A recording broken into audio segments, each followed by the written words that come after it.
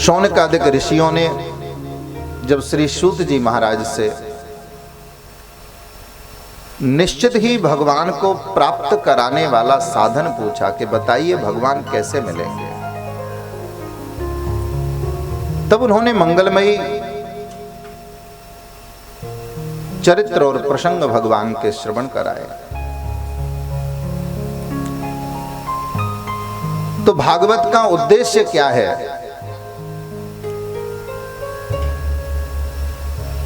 भागवत सुनने से क्या होता है? बोले जीव को निश्चित ही कृष्ण चरणों की भक्ति और मुक्ति प्राप्त होती है। क्योंकि आज कलिकाल के समय में श्रीमद् भागवत के अनुसार, और आप सभी प्रत्यक्ष देख भी रहे हैं कि आज का समय, आज का माहौल कैसा है। भागवत क्या कहती है?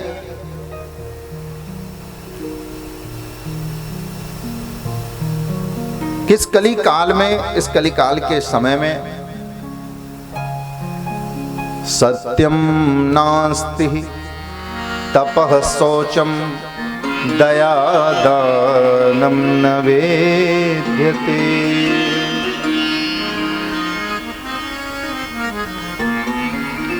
उदरम भरिणो जीवा वराका कूटभाषिणा।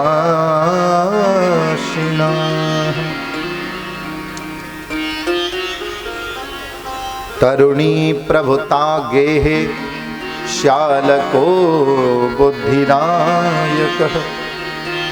कन्या विक्रयणो लोभात् दंपतीनां च कल्कनम्।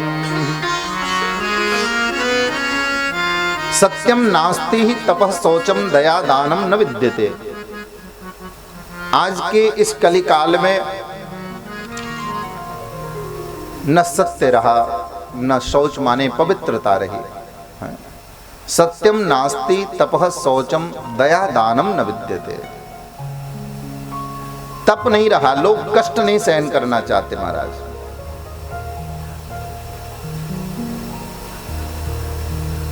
कई जगह तो पूजा पाठ करते समय भी कहते हैं पंडित जी जल्दी से करा देना।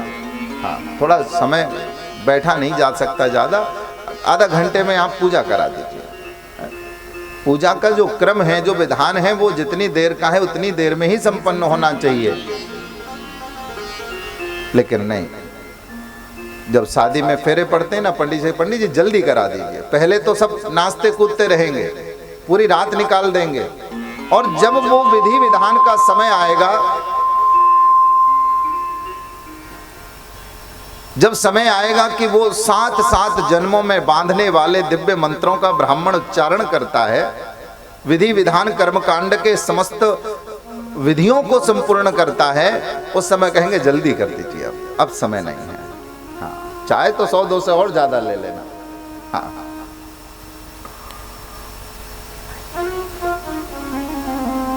कष्ट नहीं सहना चाहता कोई भी, तप नहीं रहा। कहते हैं धर्म भी हो जाए तो ऐसे धर्म हो जाए कि हमारे ऊपर कोई कष्ट ना पड़े। हाँ,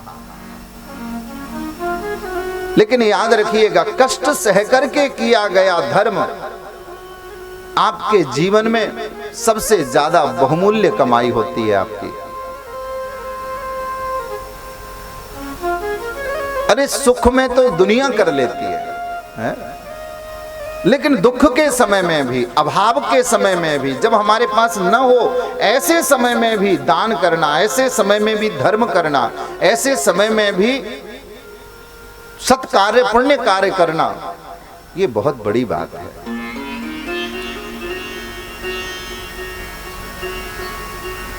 शास्त्र कहता है सत्यम नास्ति तपः शौचम दया दानम न विद्यते। जीवों के हृदय में दया नहीं रही, दान की भावना नहीं रही। अभी अभी हमारे बीच में जो सज्जन आए गोंडा से, जिन्होंने कहा मंदिर भोलेनाथ का बनवाया। अब कितने ऐसे लोग हैं जो मंदिर बनवा रहे हैं, कितने ऐसे लोग हैं जो बावड़ी बनवा रहे हैं, कितने ऐसे लोग हैं जो प्याऊ लगवा रहे हैं, बताइए। सिर्फ लाखों में कुछ एक आध गिने चुने ही ऐसे लोग होते हैं वस्तुतः जो इसके महत्व को जानता है, जिसका हृदय विशाल होता है, जिसके ऊपर भगवत कृपा होती है, वो ही ऐसे कार्य कर पाता है कि हम रहें न रहें, लेकिन दास्तां अपनी दुनिया कहेगी। आप कहीं कुआं बनवा के चले जाते हैं, आप रहें न रहें, लेकिन कितनी पीढ़ियों तक लोग उसमें से पानी पीते हैं। कोई मंदिर बनवाता है, कोई धर्मशाला बनवाता है, ताकि वहां कोई भक्त आकर के जल पिए तो उसकी आत्मा तृप्त हो जाए। कोई भक्त आकर के पूजा करे तो उसे भगवत दर्शन हो जाए। कोई हारा थका पथित यहां आकर के विश्राम करे। ये ऐसे सत्कार्य हैं जो प्रत्येक व्यक्ति को जीवन में अवश्य करने चाहिए। हम किसी भी कारण न कर पाए वो बात अलग है, लेकिन प्रयास करिए।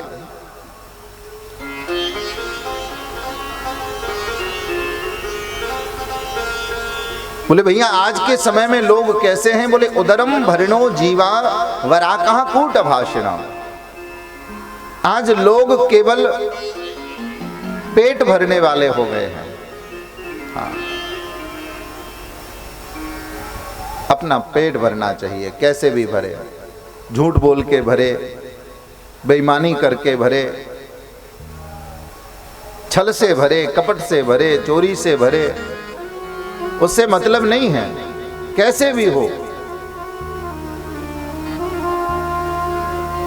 पर ऐसा क्यों है? ऐसी हमारी वृत्ति क्यों है? क्योंकि हमने बचपन से ऐसा ही पढ़ा, हमें ऐसा ही सिखाया गया।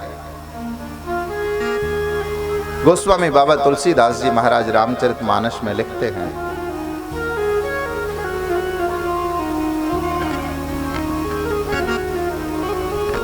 कि मात पिता बालकन बुलावे, मात पिता बालकन बुलावे, मात पिता बालकन बुलावे, मात पिता बालकन बुलावे, उदर भरहि सोई धर्म सिखावे, उदर भरहि सोई धर्म सिखावे, उदर भरहि सोई धर्म सिखावे, उदर भरहि सोई धर्म सिखावे,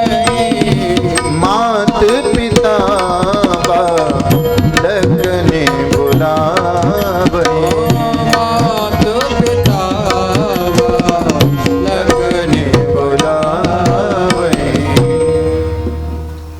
माता पिता बच्चों को सिखाते हैं भैया कैसे पेट भरना है। बोले ये डिग्री ले लो, ये डिप्लोमा ले लो, नौकरी में कम से कम 50,000 तो मिलेंगे। 50,000 मिलेंगे महाराज, वो तो अलग, ऊपर की कमाई अलग।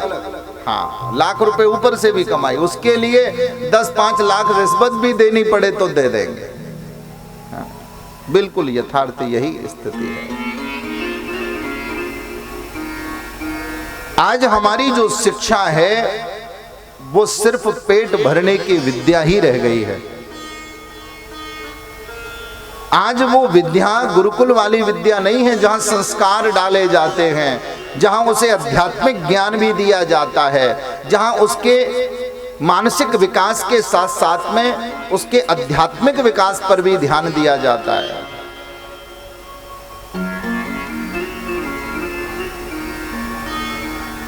कमाओ कैसे भी करके, ये डिग्री करो, ये डिप्लोमा लो, ये इंजीनियर बन जाओ, डॉक्टर बन जाओ, ये बन जाओ, वो बन जाओ।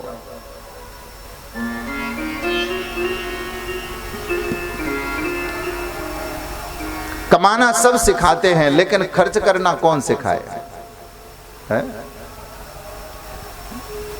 चिंतक कहते हैं कि कमाने से ज्यादा महत्वपूर्ण है खर्च करना। कमाना आ जाए बड़ी बात नहीं है, पैसे तो सभी कमाते हैं, कोई कम कोई ज्यादा, लेकिन खर्च कैसे करना है, खर्च कहाँ करना है, कितना खर्च करना है, ये बात जानना भी बहुत जरूरी है, वरना जिंदगी भर कितना भी कमा लेना कोई लाभ होने वाला नहीं है। तो आज कलिकाल का समय, उदरम भरणो जीवा वरा कह कूट भाषण, वो केवल अपना पेट भरना जानता है। बड़ा होगा, शादी हो गई, विवाह हो गया, उसने तो अपना पेट भरना सीखा है ना, तो फिर बाद में माँ बाप का पेट भरना भी छोड़ देता है, फिर वो अपना ही पेट भरता है। हाँ, फिर माँ रोती है, हे भगवान मैं क्या करूं, मेरा बेटा बहू का हो गया, मेरी तो अब बात ही नहीं सुनता है, मेरी तो बात ही नहीं मानता है। कहे मैया तूने क्या पढ़ाया था, क्या शिक्षा दी थी? पिताजी कहते हमने पढ़ाई तो बहुत अच्छी कराई थी, नौकरी भी लगवा दी, विवाह भी करवा दिया, फिर इसने सेवा क्यों नहीं करी तुम्हारी? बोले सेवा करना सिखा नहीं पाया, क्योंकि ये किसी स्कूल में नहीं सिखाया जाएगा, ये तो संत सिखाते हैं, सदगुरु सिखाते हैं, संस्कारी माँ बाप शिक्षित करते हैं। और जिसने केवल पेट भरने की शिक्षा ही पाई हो, वो बाद में किसी का क्या पेट भरेगा?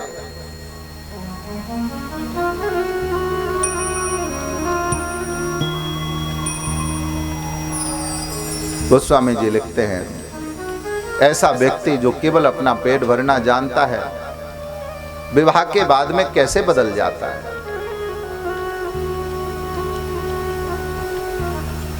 कि ससुरार प्यार भई जब ते, ससुरार प्यार भई जब ते, रिपुरूप कुटुंब भये तब से, ससुरार प्यार भई जब ते, ससुरार प्यार भई तब से, रिपुरूप कुटुंब भये तब से, रिपुरूप कुटुंब भये तब से, ससुरार प्यार भई जब ते, ससुरार प्यार भई तब से, रिपुरूप कुटुंब भये तब से, रिपुरूप कुटुंब भये तब से। ससुराल जब से प्यारी हो गई है, तब से घर वाले अच्छे नहीं लगते महाराज। हाँ? 4-6 महीने बाद ही घर वाले बुरे लगने लग जाते हैं। पिताजी आप तो कुछ जानते ही नहीं हैं, आप तो समझते ही नहीं कोई बात को। माता जी आप तो जानती नहीं है किसी बात को। क्या कहें अब इन बूढ़े लोगों को कौन समझाए।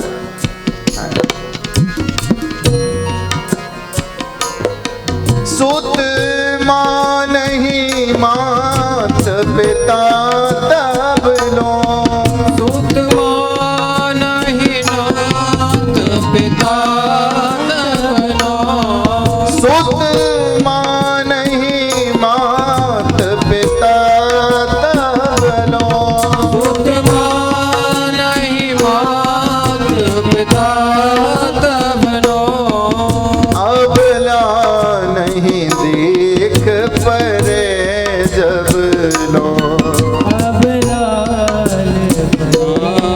के परे जब लो, अबला नहीं देख परे जब लो, अबला नहीं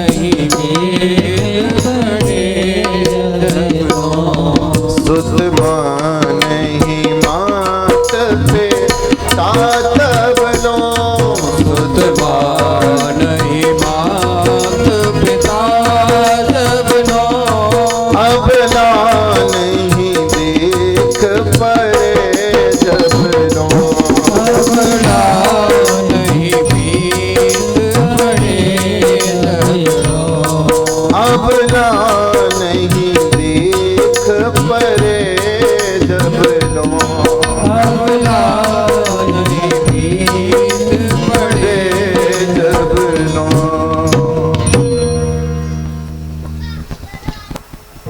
सुत मानहि मात पिता तब लो, अबला नहीं देख परे जब लो। ऐसा कब होता है? ऐसा तब होता है जब हमारे जीवन में सत्संग ना हो, हमारे जीवन में सद्गुरु ना हो, हमारे जीवन में शास्त्र ना हो। प्रत्येक घर में हमारे हिंदू धर्म के पुराण, शास्त्र, गीता, रामायण, भागवत ये ग्रंथ अवश्य होने चाहिए। जब भी समय मिले तब उनका पठन पाठन करिए, बच्चों को भी सुनाइए। घर में बड़े बुजुर्ग हैं तो बच्चों का कर्तव्य है कि आप उसको पढ़िए और जो बड़े बुजुर्ग हैं उनको सुनाइए। इससे आपको पुण्य भी मिलेगा, सत्कर्म भी होगा, साथ साथ में आपका अंदर का जो आध्यात्मिक ज्ञान है उसका भी विकास होगा।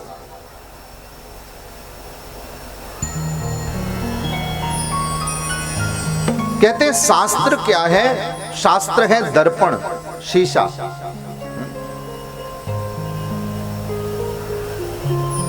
और शीशा कभी झूठ नहीं बोलता। दर्पण की तरह है। आपको जानना है कि आप कैसे हैं, अच्छे हैं, बुरे हैं। ऐसे तो हर व्यक्ति कहता है मैं सबसे अच्छा हूं, बाकी के लोग जो मुझे नहीं समझ रहे हैं वो बेकार हैं, वो गलत हैं। हर आदमी अपनी नजर में ठीक होता है, लेकिन वास्तविकता में आप सही हैं या गलत हैं इसका निर्णय तो शास्त्र करता है। क्योंकि शास्त्र दर्पण है, शीशा है, वो बताता है कि आप सही हो अथवा आप गलत हो।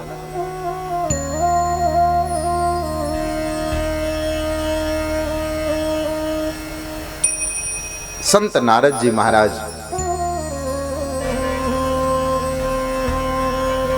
जब मृत्यु लोक में भ्रमण करने आए और भक्ति महारानी से भेंट हुई और भक्ति महारानी ने अपना दुख बताया कि मेरे दोनों पुत्र ज्ञान और वैराग्य वृद्ध हो गए हैं, बूढ़े हो गए हैं। ये कलयुग के प्रारंभ की बात है।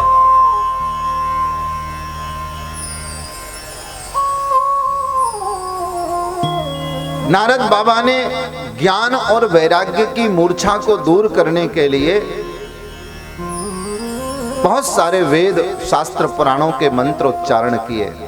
वेद वेदांत घोषेश्च गीता पाठेर मुहुर्मुहु। वेद का पाठ, वेदांत का पाठ, गीता का पाठ सुनाया, लेकिन ज्ञान वैराग्य जागृत नहीं हुए। ज्ञान वैराग्य बूढ़े हो गए हैं। ज्ञान वैराग्य के बूढ़े होने का तात्पर्य है ऐसा नहीं कि बूढ़े वही होते हैं जैसे चेहरे पर झुर्रियां पड़ गई, बाल सफेद हो गए, दांत टूट गए। वृद्धता का मतलब है अनुपयोगिता, कि अब वो उपयोगी नहीं रह गए। क्योंकि कलयुग में ज्ञान के ग्राही, ज्ञान के ग्राहक बहुत कम हो गए। ज्ञान किसी को नहीं चाहिए, वैराग्य किसी को नहीं चाहिए। कौन है जो वैराग्य चाहता है?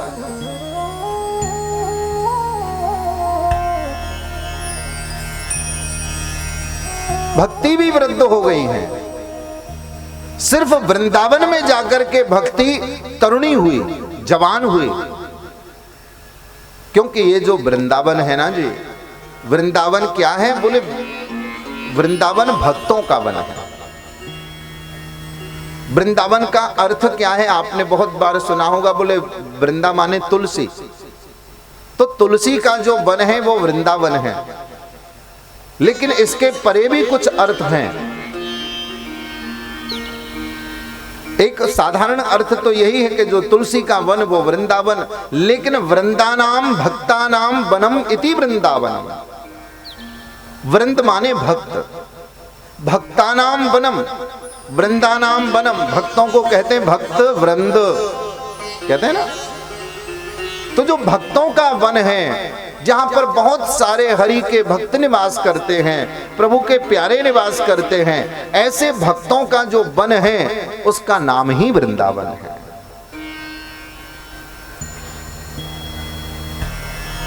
मीरा भी जब वृंदावन में गई, बहुत दिन से लगन लगी थी वृंदावन जाऊं, वृंदावन जाऊं।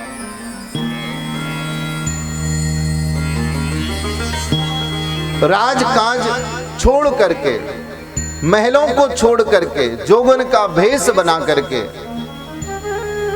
और मीरा वृंदावन में आई।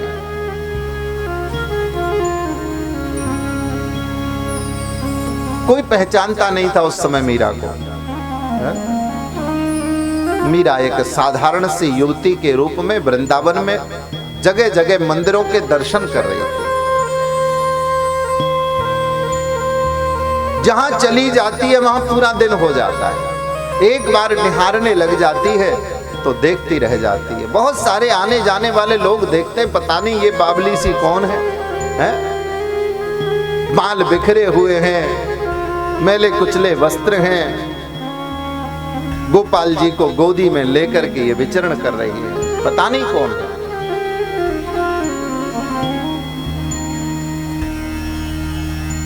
भक्त को तो कोई भक्त ही पहचान सकता है।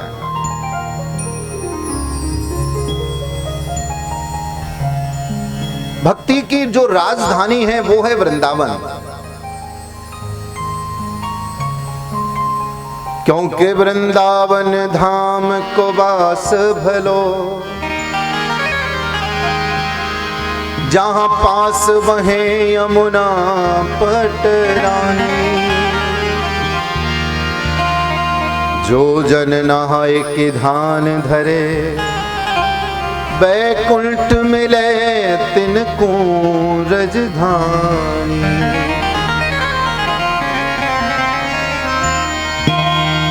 कि चारहु वेद बखान करे और संत मुनि जन की यह वाणी। यमुना यमदूतन तारत हैं, भव तारत हैं श्री राधिका रानी।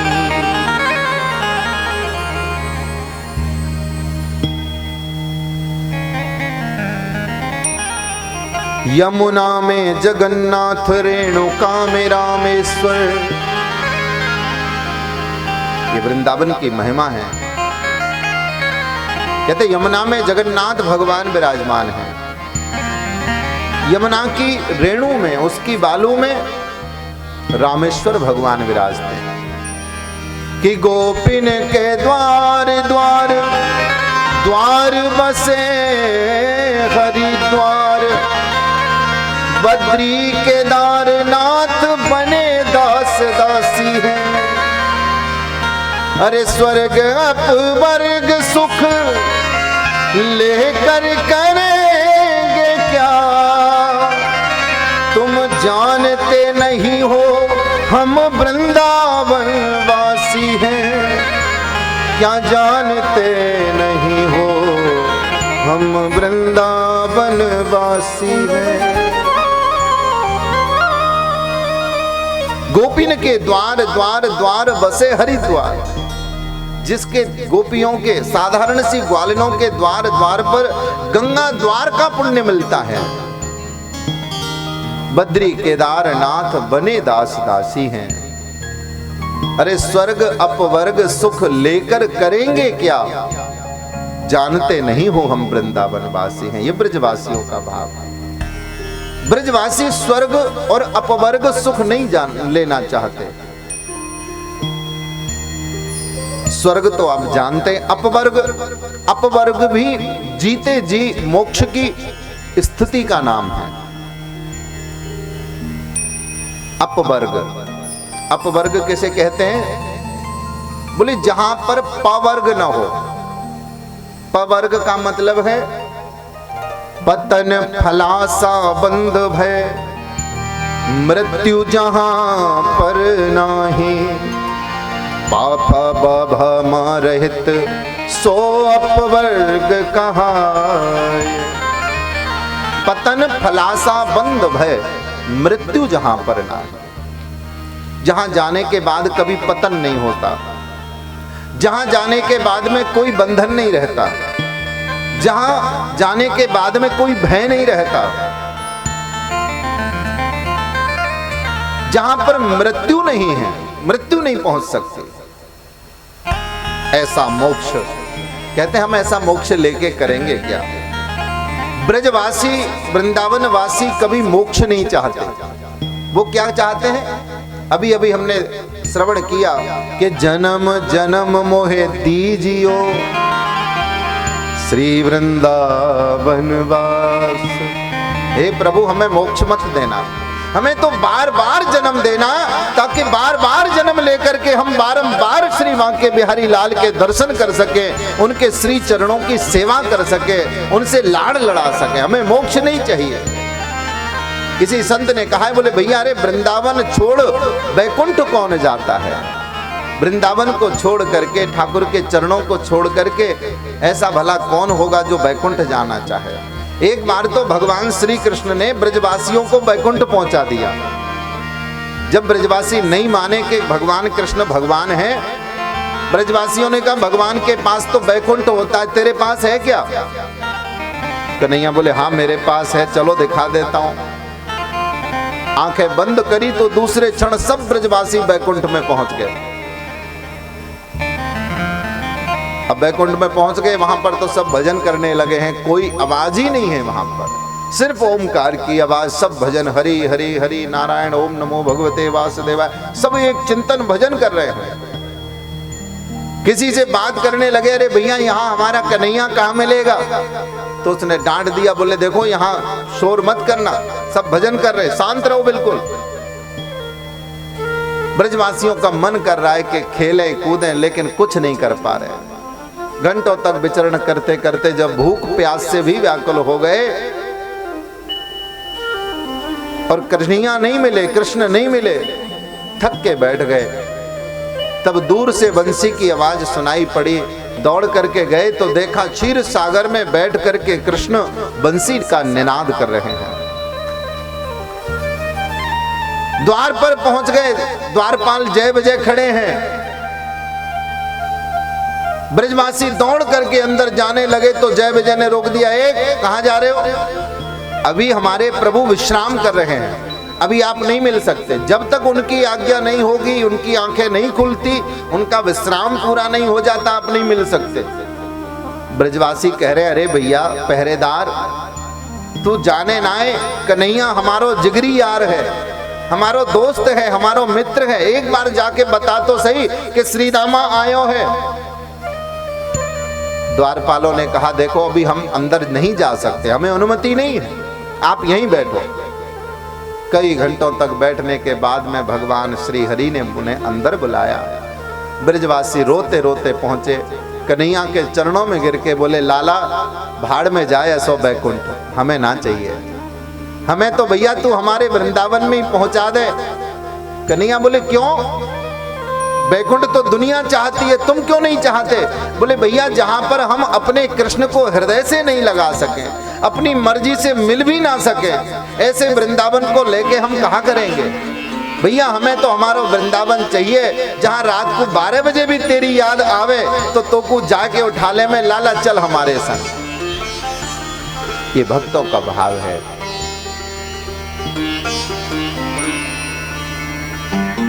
अली मन लागे वृंदावन को,